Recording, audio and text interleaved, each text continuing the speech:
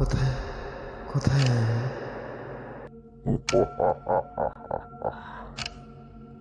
Welcome to Put Morto by Shohan.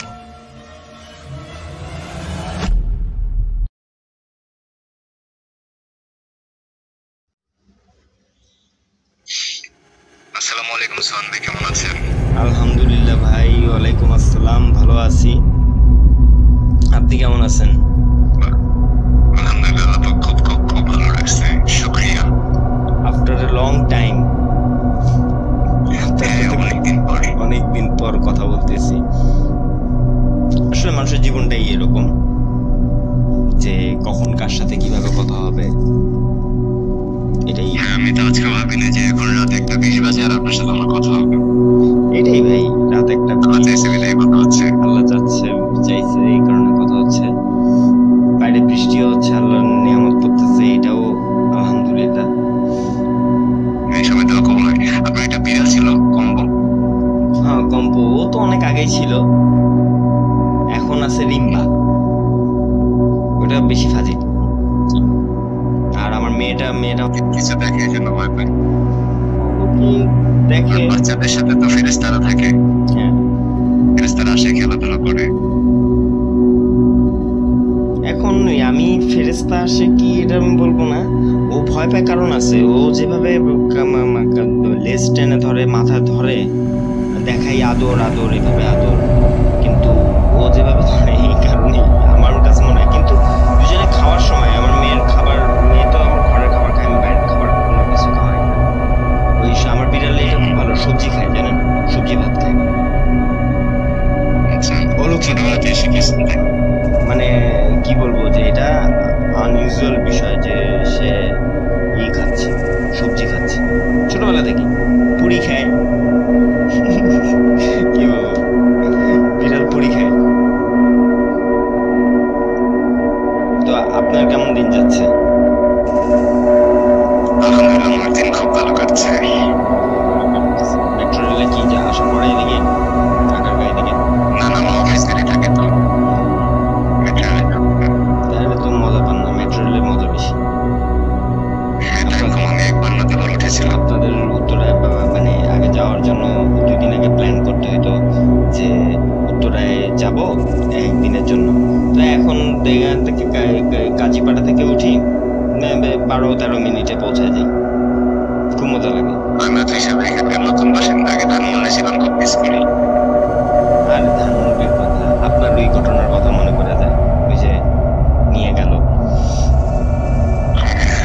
আপনার ওই ঘটনার কথা। আপনার একটা ঘটনা যেহেতু আসছে, তাহলে আপনাকে একটা ঘটনা শুনি। হ্যাঁ, এটা হচ্ছে অনেকদিন পর 1980 সালের শুনতে দিকে। যাচ্ছি। আমি ওই কি করি, মানে কি বলবো, ইউটিউবারদের মতো, এই গাইস অনেকদিন পর শুনতে যাচ্ছি আমরা বহুল প্রতীক্ষিত ঘটনার কথা আসলে বিধায় ঘটনা শুনবো হিমেল ভাইয়ের কণ্ঠে। হ্যাঁ বলেন, শুরু করেন।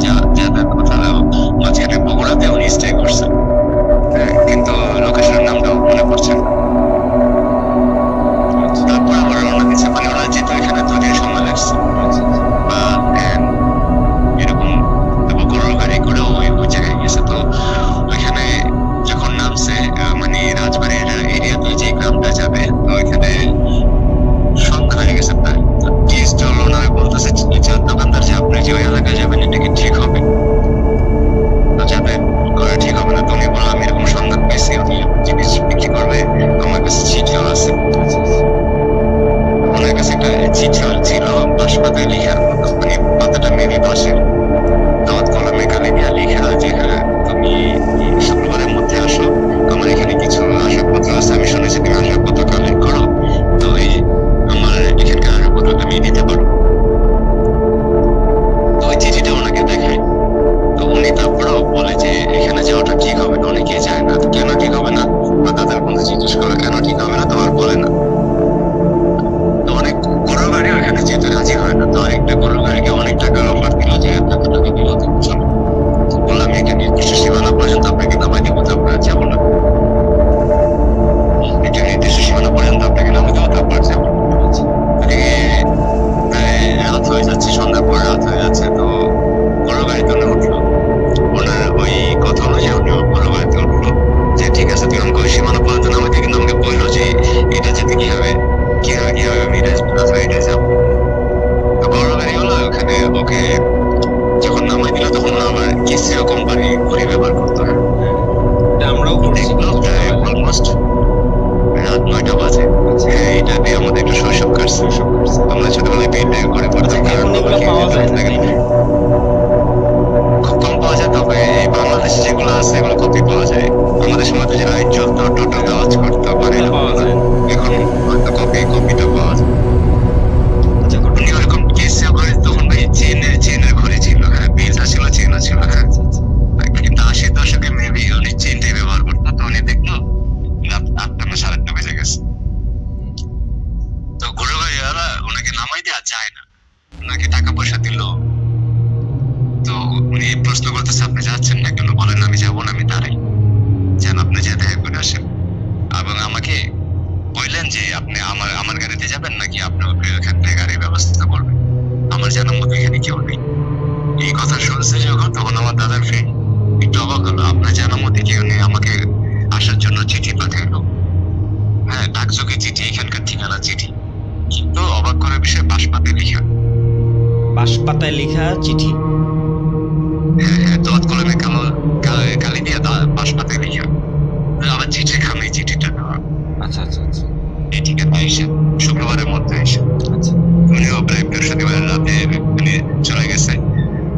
তো ফাইন, ভালো কথা, গরু গাড়ি এলো এখানে দাঁড়ায় আছে, বলে আপনি যান আমি দাঁড়াই। এখন উনি যখন মানে দূর থেকে দেখতেছে একটা রাজপ্রাসাদ বাড়ি আছে। উনি যে নক করে অনেক বড় গেট, তো অনেকক্ষণ গেট আর কেউ বলে না, উনি চিন্তা করলে এত রাতে আসলাম, আমার মনে দিনে আসলে ভালো হইতো, রাতটা কোথায় স্টে করতাম, মানে আফসোস করতেছে। আর উনি যে বড় গাড়ি যেখানে রেখে গেছে 10 মিনিটের দূরত্ব, দুইটা রাস্তা বাকি নিয়ে গেছে 10 মিনিটের দূরত্ব। বললো এটা তার কারণ ওখানে আবার ওনার বিয়ে করছে। যেহেতু গাড়িওয়ালা বলছে আমি যাবো না, আমি থাকবো। খুলে না। উনি না খুব হতাশ হয়ে গেল এবং চিল্লা ডাকা শুরু ওনাকে যার নাম দেওয়া হয়েছে, নামটা ভুলে গেছে, রাজক একটা নামটা ভুলে গেছে। তো ওই নাম ধরে না ডাকতেছে, চিল্লা ডাকতেছে। তো ভেতর থেকে গম্ভীর কণ্ঠে বলতেছে তুই অপবিত্র হয়ে তারপর ভিতরে আসিস। এখন উনি তো অবাক, আমি অপবিত্র মানে এইটা শুনতেছে উনি গায়েবী ভাবে। হ্যাঁ, মনে ভেতর থেকে গম্ভীর কণ্ঠে কেউ বলতেছে এই তুই তো পবিত্র হয়ে পরে ভেতরে আসিস। আচ্ছা, এখন উনি মিলাতে পারতেছে না, যেমন তো ফরজ গোসল করা আছে, আমি ইউরিন করে পানি ব্যবহার করছি বা ঢিলাগুলো ব্যবহার করেছি, তারপরে আমি কিভাবে অপবিত্র? উনি আর মিলাতে পারতেছে না। আবার আস্তে আস্তে গরু গাড়ির সামনে আসলো। তো বলে কি হবে আপনি গরু গাড়িওয়ালা জিজ্ঞেস করবো, পরে বলবো না আমার পবিত্রটা পরে যেতে বলবো। গরু গাড়িওয়ালা বললো কি যে আপনার এখানে আর চাইনি, আল্লাহ বাঁচিয়েছে, আপনি কিভাবে ফেরত আসছেন? কেন যাবো না? বলে আগামীকালকে দিনে আসলে বুঝতে পারবেন আপনার চলেন অবশ্যই। তাড়াহুড়া করে ওনারা নিয়ে গেল গরু গাড়িওয়ালা। এখন যে গরু গাড়িটা নিয়ে গেছে উনি আবার কি করছে, টাকা বাসার সামনে নামাই দিচ্ছে, বলে এইখানে যে আপনি সাহায্য চান আপনাকে সাহায্য করবো। বলে আমি তো কোনো বিপদে পড়িনি, আমি কি সাহায্য চাই? বলে আপনি শুধু বলেন যে আমি রাত্রে থাকবো, এই কথাটা বলেন। আপনাদের রাত্রে এখানে থাকার কোনো স্থান নেই, আপনি শুধু যে বলেন আমি রাত্রে থাকবো, আমি এখানে দাঁড়াই, দিয়ে যান আমি দাঁড়াই। টাকা দিতে ছিল, বলে যে না টাকা দিতে হবে, আমি আবার আগামীকাল আসবো। ইন্টারেস্টিং। উনি এখানে যে নক করে যে নক করে সালাম দেয়, তো উনি আবার গেট খোলে, দেখতেছে একজন হুজুর, এলাকার ইমাম সাহেব হুজুর। হুজুর আবার বলতেছে কি আপনি এখন আসছেন, আপনার তার আগে আসার কথা। উনি অবাক, আমার আরো আগে আসার কথা বলে। পরে বলে ভেতরে আসেন, বলতেছি ভেতরে আসছে। তো উনি আমার হাত মুখ ধুইছে। ওই তো পুরো ফ্যামিলি একটা বাসা, ছোট ছোট বাচ্চা আছে, স্ত্রী পাশের রুম থেকে কথা বলতেছে কি কি খাবার দেবে, হ্যাঁ খাবার গুলো এখনই দিবে কিনা, রেডি করবো কিনা। উনি অবাক, তো বলতেছে কি যে ভাই আপনি খাওয়া দাওয়া করেন তারপরে বলবো। উনি তো অস্থির যে না, আগে আমাকে বলেন ঘটনা কি। পরে বলে যে আপনি যে এখানে যে দুর্গে থেকে আসবাবপত্র কিনতে গেছেন, ওইটা একটা অ্যাবান্ডন মানে পরিত্যক্ত একটা বাড়ি, কিন্তু ভিতরে কোনো বাড়ি নেই, শুধু বিল্ডিংটা আপনি বাইরে থেকে ফিল হবে রাতের বেলা যে বিল্ডিং আছে, দিনের বেলা দেখবেন খোলা মাঠ। তো বলে আমি তো গেট নক করছি, বলে নক করছেন কি করছেন, আগামীকালকে আপনাকে নিয়ে যাবো, তখন একটু খোলা মাঠ। তো বলে যে আমাকে গরুর গাড়ি আলো ঠিক মতো কিছু বলবো না। বলে গরুর গাড়ি আলো ছিল না, ও ছিল আমারই জিন, আমি মানুষ যার ভোগ করি। তো আমাকে এসে ইনফরমেশন দেয় যে এরকম একজন লোক আসতেছে খারাপ জিনের পাল্লায় পড়ে, এখানে যে জিনটা আছে এটা আমরা তাড়ানোর জন্য অনেক চেষ্টা করতেছি। এই হচ্ছে যে বলে দেয় মানুষ প্রতি বছর একজন করে, খুব মানে বয়স্ক লোককে বলে দিয়ে ওর শক্তি বাড়ায়। এখন আমরা ওকে প্রোটেক্ট করার চেষ্টা করতেছি, ওকে ওখানে বন্দি করে রাখছি, বেরো করতে পারি না, আবার বাইরেও নিতে পারি না। আমার কাছে এত শক্তিশালী জিন, তবে আমি অপেক্ষায় আছি কোনো না কোনো বিষয় আমার শক্তিশালী কারোর সাথে দেখা হবে, অথবা আল্লাহ তাআলা রহমত করলে আমি ওকে কিন্তু পুরোপুরি তাড়াই দিব, অথবা আমি অনেক মানুষের জান নিছে। তো উনি এটা বিশ্বাস করে না, বলে না আমি আসবাবপত্র কিনবো এবং আমি ব্যবসা করি, আপনার হাতে চাচ্ছেন আমি লাভ করি। হ্যাঁ, তো বলতেছে আপনি রাত্রে সফর করেন, দিনে আপনাকে আমি এখানে নিয়ে যাবো। এবার আশ্চর্যের বিষয়টা হচ্ছে কি, দিনের বেলা তো এখানে ওনাকে নিয়ে এসে বোঝায় নামাজ পড় না, ওনার রাতে ঠিক মতো ঘুম হয় নেই। এখন এখানে তো পুরো বাউন্ডারি ছিল, গ্রামের সব মানুষ দেখছে বাউন্ডারি আছে, গেট আছে, ওইখানে যে দেখে বাউন্ডারিও না, গেট সব খোলা মাঠ এবং অনেক কাক পড়ে আছে। আগে দেখবেন যে একটা কাক মারা গেলে প্রায় 100-200 কাক এসে কা কা কা কা করে ডাকা লাগে, ওইখানে প্রায় 100 থেকে 200-র মতো কাক হচ্ছে পড়ে আছে। উনি আল্লাহকে অশেষ ধন্যবাদ দিচ্ছে, তারপরে ওনাকে যে হুজুরটা বাঁচাইছে, যে জিনকে বাঁচাইছে, ওনাদেরকে ধন্যবাদ দিচ্ছে। জিনের সাথে তো দেখা হয় নাই, ওদিনই উনি জান দিয়া এক করছে, মানে আর জানা যায় নাই না ওই জিনকে আর হত্যা করতে পারছে বা মারছে কিনা, এটা জানতে পারেনি। আসলে ঘটনাগুলো না, আমি ইন্টারাপ্ট করে বলি, এই ঘটনাগুলো অমীমাংসিতই থাকে, মীমাংসা হয় ম্যাক্সিমাম ঘটনা। আসল ঘটনা যেগুলো মানে অ্যাকচুয়ালি ঘটনা যেগুলো ঘটে অলৌকিক, আমরা যেটা আমাদের ভাষায় বলি অলৌকিক আধ্যাত্মিক, এই ঘটনাগুলো অমীমাংসিতই থাকে, এর মীমাংসা একমাত্র আল্লাহর কাছে থাকে। সিমিলার একটা ঘটনাই আমার দাদার সাথে যখন ঘটছে, দাদা বলে ওনাকে জিজ্ঞেস করছিল যে তোর ঘটনার সাথে কোনো এই সংযোগ আছে কিনা, উনি বললাম এই ব্যাপারে যাই না। দাদা পড়তে হবে কলকাতা ইউনিভার্সিটিতে, হ্যাঁ ইউনিভার্সিটি পড়তো। দাদা আবার লজিং থাকতো, হ্যাঁ আচ্ছা যে হিন্দু বাড়িগুলোতে আছে না লজিং থাকতো, ওইখানে পড়াশোনা করতো। হ্যাঁ, তো দাদা এই রাতের বেলা মানে উনি ওই বাড়িতে ঢুকছে, উনি সবসময় রাত করে 50-7-8 দিয়ে রাত করে বাড়িতে আসতো। আর ভোরবেলা ওনার বাচ্চাদের পড়াইতো, এমনি গান টান গাইতো, মঞ্চ করতো, ওইরকম আর কি। রাতের বেলা যখন বাড়িতে আসে না, উনি ওনার বাড়িটা ভেঙে দেন, মানে ওনার রাস্তা সব ঠিক আছে, বাড়ি নেই। এখন তো উনি টেনশনে পড়ে গেছে, আমি কি করবো। হ্যাঁ, রাত তখন 10-10:30 বাজে। হ্যাঁ, আমি এখন কি করবো, বাড়ি নেই, আশেপাশে বাড়িগুলো আছে, এখানে উনি যে বাড়িতে স্টে করে বাড়ি নেই। তো দাদা পাশের বাড়িতে যে জিজ্ঞেস করলো যে ওনারা কোথায় গেলো, বলো ওনারা তো বাড়িতে আছে। ওরা বললেন আমি তো বাড়ি যেতেছি না, এখানে তো খোলা মাঠ দেখতেছি, বাড়ি নেই। তো আশেপাশে ওনারা কয়েকজন প্রতিবেশী পাশাপাশি থাকতো, তো প্রতিবেশী সবাই চিল্লাচিল্লি করে বের হলো যে উনি দেখতেছে বাড়ি নেই। আমি আমার দাদার নাম উল্লেখ করতেছি না। তো সবাই দাদাকে নিয়ে সবাই আসলো, এসে দেখি না বাড়িটা বড় খেতেছে, বাড়িটা বড় এখানে আছে। এখন দাদা তো ভয় আর ঢোকে না, উনি আর ভয় ঢোকে না। আমি তো দেখলাম যে বাড়ি নেই, এখানে আবার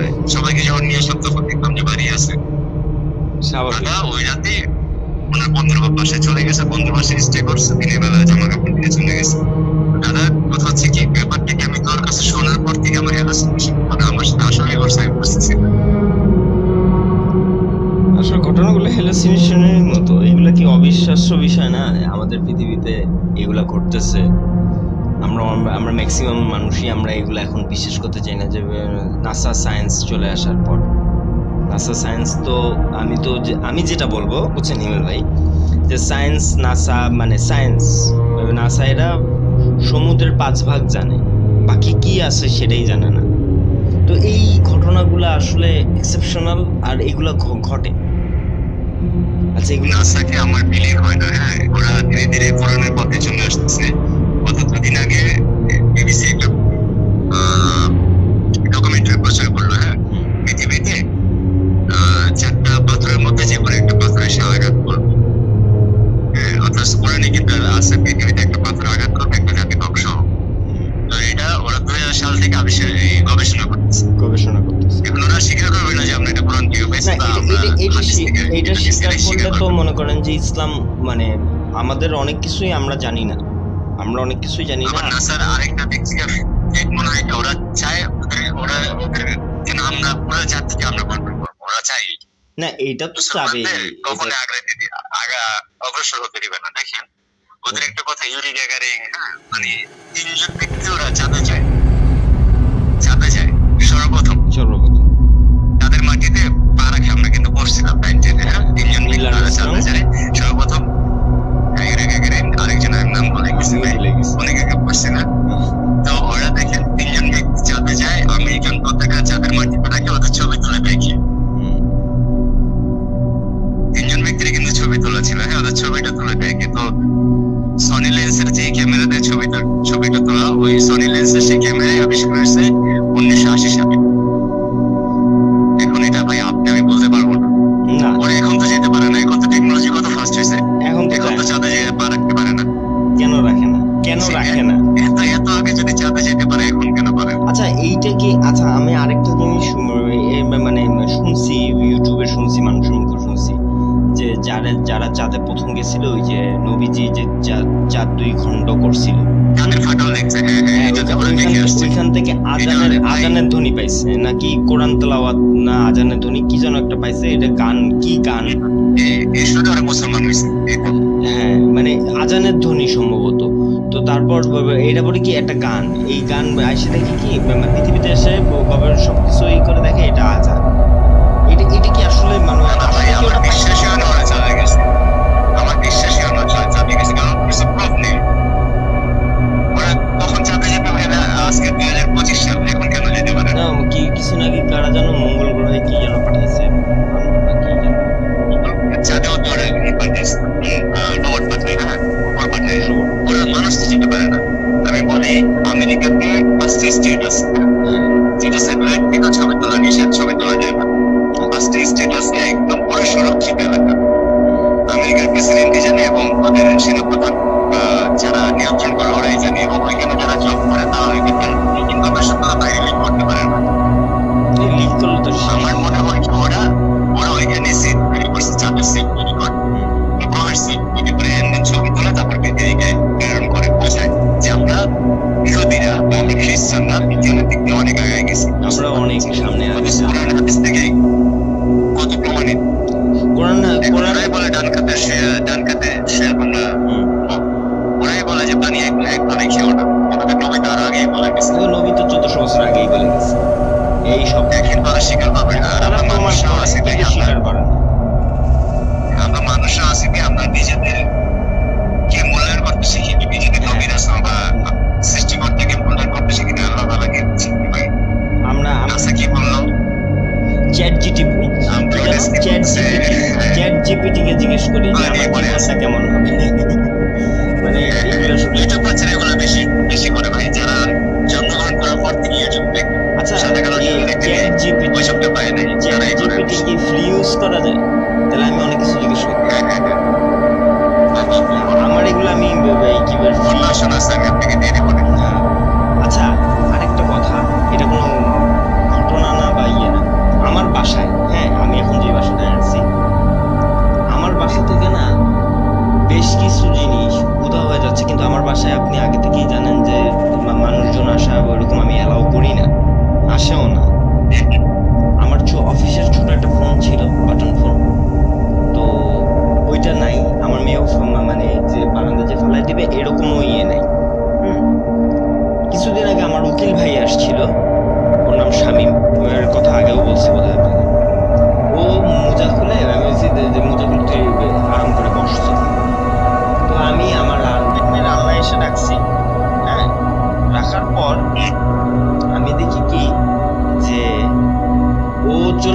যাবে, ও চলে যখন যাবে তখন দেখি কি ওর মোজাটা, ওর একটা মোজা আছে আর একটা মোজা নেই।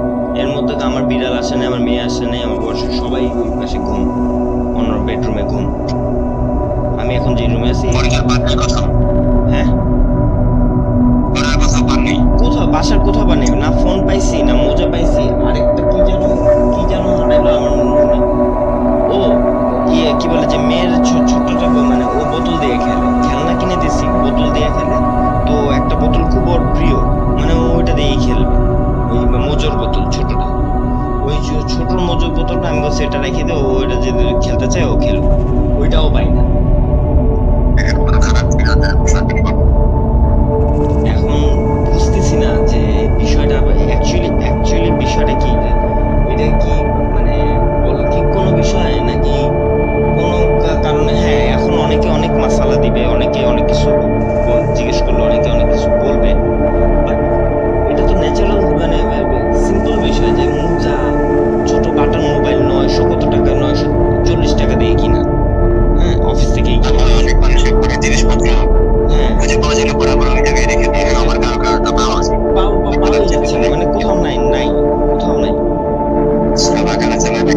হ্যাঁ আমি তো ওই যে আপনাকে আগে বলছি সূরা বাকারা, তারপর 3 কুল, আয়াতুল কুরসি সহ নিজে যেহেতু পড়তে পারি না, তো আমি এগুলো সবসময়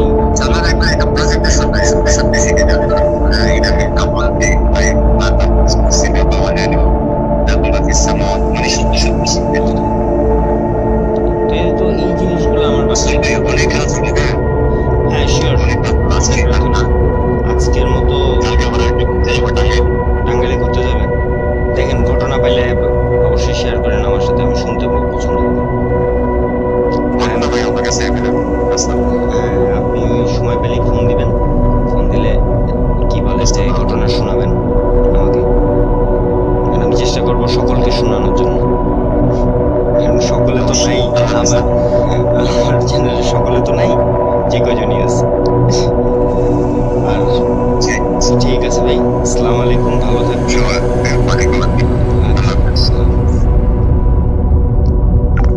তো আপনারা এতক্ষণ শুনতে পারলেন ইমেল ভাইয়ের কণ্ঠে দুটো ঘটনা, মেইনলি আর কিছু কথাবার্তা, তো আশা করি আপনাদের ভালো লাগবে। তো আজকে আমি আসছি ভূতমর্ত থেকে, ফোন কনভারসেশন 2 এখানেই শেষ হলো, আসছি, আসসালামু আলাইকুম।